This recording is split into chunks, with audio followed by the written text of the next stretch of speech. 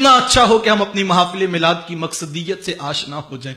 کتنا اچھا ہو کہ کوئی نوجوان ہماری محفل سے اٹھ کر جائے اور جا کر بوڑھے باپ کے قدم پکڑ لے, ہاتھ جوڑ کر معافی مانگ لے اور کہ ابو جی کئی مرتبہ خطا ہوئی, نافرمانی بھی کی, آج سچی توبہ کرتا ہوں, آئندہ کبھی ایسا نہیں ہوگا, مجھے معاف کر دیجئے. باپ پکڑ کر بیٹے کو سینے سے لگا لے اور کہے بیٹا میں بھی تیرے سے راضی ہوں, میں بھی تجھے معاف کرتا ہوں, لیکن یہ تو بتاؤ یہ اتنی اچھی بات کہاں سے سیکھ کر آئے ہو؟ تو وہ کہے ابو جی آپ کو نہیں پتا, رات ان کا میلاد سن کر آیا ہوں جنہوں نے فرمایا تھا باپ راضی ہے تو رب رحمان بھی راضی ہے. یہ بھی ایک میلاد ہوتا ہے. کوئی جا کے بوڑھی ماں کے پاؤں پکڑ کر ماں کو راضی کر لے. ماں یہی کہے گی نا بیٹا میں تو پہلے تیرے سے راضی ہوں, بھلا میں نے تم سے کیوں ناراض ہونا ہے, لیکن مجھے اس بات کی خوشی ہے تمہیں اپنی غلطیوں کا احساس ہو گیا. لیکن بیٹا یہ تو بتاؤ یہ اتنی اچھی احساس والی باتیں سیکھ کر کہاں سے آئے ہو؟ وہ کہ امی جی آپ کو نہیں پتا, رات ان کا میلاد سن کر آیا ہوں جن کی بارگاہ میں ان کی رضائی والدہ بھی آئی تو اپنی چادر کندھوں سے اتار کے نیچے زمین پہ بچھا دی. یہ بھی ایک میلاد ہوتا ہے. کوئی نوجوان صبح و فجر کی نماز میں با جماعت نظر آ جائے, قاری صاحب اسے مبارکباد دیں اور کہیں بیٹا کمال کر دیا, آج پہلی نماز فجر کی اور وہ بھی با جماعت, یہ راتوں رات تبدیلی کہاں سے آ گئی؟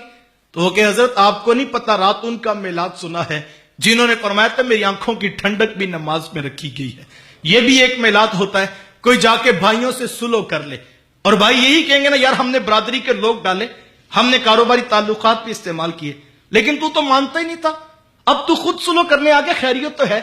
تو وہ کہ بھائی آپ کو نہیں پتا رات ان کا میلاد سنا ہے جنہوں نے فرمایا تھا جو سلو میں پہل کرتا ہے وہ جنت میں بھی پہلے جائے گا. یہ بھی ایک میلاد ہوتا ہے. کوئی تاجر سارا دن دکان پہ بیٹھ کے سچ بولنے کا عہد کر لے, جھوٹ نہ بولے, دھوکہ نہ دے, فراڈ نہ کرے. اس کے ساتھ والے سیلز مین دکاندار پوچھے جناب خیریت تو ہے, آج سارا دن سچائی کے ساتھ گزر رہا ہے, خیریت تو ہے؟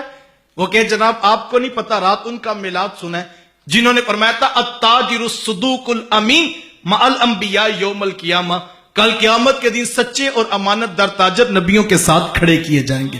یہ بھی ایک میلاد ہوتا ہے. کوئی بہن اپنے اوپر برقعے کی چادر, حیا کا پہرا, نقاب, اوڑھنے کا مزاج پیدا کر لے. اس کی ہم جولیاں یونیورسٹی کے گراؤنڈ میں بیٹھے پوچھیں کہ تم تو ایک دوپٹہ بھی سر پہ بوجھ سمجھتی تھی, یہ برقع, یہ اوڑھنی, یہ سکاف, یہ حجاب, یہ نقاب, یہ سب کچھ کہاں سے آگے؟ تو وہ کہے تمہیں نہیں پتا رات ان کا میلاد سنا ہے جن کی بارگاہ میں کافر کی بیٹی بھی آئی تو انہوں نے اپنی چادر کندھوں سے اتار کے اس کے سر پہ ڈال دی تھی. اسی وقت ارادہ کر لیا تھا آج کے بعد کوئی غیر محرم میرا چہرہ نہیں دیکھے گا. یہ بھی ایک میلاد ہوتا ہے. ہم نے کمکمے بھی جلائے, روشنیاں بھی کی, چراغا بھی کیا, جھنڈیاں بھی لگائی, جھنڈے بھی نصب کیے. یہ سب کام باعث برکت ہے, اس کی نفی نہیں. وہ تو نادان ہے جو اس عنوان پر بھی امت میں جھگڑے ڈالنے آگے. میں یہ کہتا ہوں یہ سب کچھ باعث برکت ہے. اور پھر مجھے بتاؤ یار حضور کی آمد کی خوشی نہیں منانی تو پھر خوشی ہوتی کیا ہے؟ سب سے بڑی کائنات کی خوشی تو یہ ہے کہ اللہ نے ہمیں اپنا محبوب عطا کر دیا. لیکن یاد رکھنا بیٹا حضور کی آمد کی خوشی میں یہ سب کام باعث برکت ہے, لیکن یہ آغاز سفر ہے, یہ منزل نہیں. منزل ہماری سیرت رسول ہے. شروع ہم نے یہاں سے ہونا ہے, جھنڈیاں لگا کے, محبت کے گیت گا کے, ہم نے پیار کی الفتوں کی داستانیں رقم کر کے, لیکن ہم نے یہیں پہ کھڑے نہیں رہنا. ہم نے آگے بڑھ کر اپنے حضور کی سیرت کو بھی اپنانا ہے. ہم چھوٹے لوگ, ہماری باتیں لمبی ہو جاتی ہیں. میں اگر ساری بات کو 2 جملوں میں کہوں تو میرے شیخ طریقت اپنے میٹھے لہجے میں فرمایا کرتے ہیں کہ بیٹا یہ نہ ہو کہ لوگ تم سے پوچھیں کہ تم کون ہوتے ہو اور تم پاسپورٹ سے مذہب کا خانہ دکھاؤ. یہ دیکھیے اسلام لکھا ہے ہم مسلمان ہوتے ہیں. کہا نہیں بیٹا, نہ کسی کو پوچھنا پڑے, نہ کسی کو بتانا پڑے.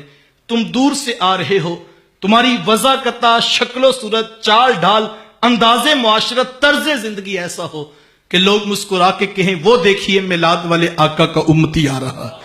اپنا اوڑھنا, بچھونا, چلنا پھرنا, کھانا پینا سب کچھ حضور کی سنتوں کے تابع لے آئیں. ان کی ہر سنت ہو ثاقب, جانو دل سے بھی عزیز. ان کی ہر سنت ہو ثاقب, جانو دل سے بھی عزیز. مصطفیٰ کی ذات میں یوں فنا ہو جائیے.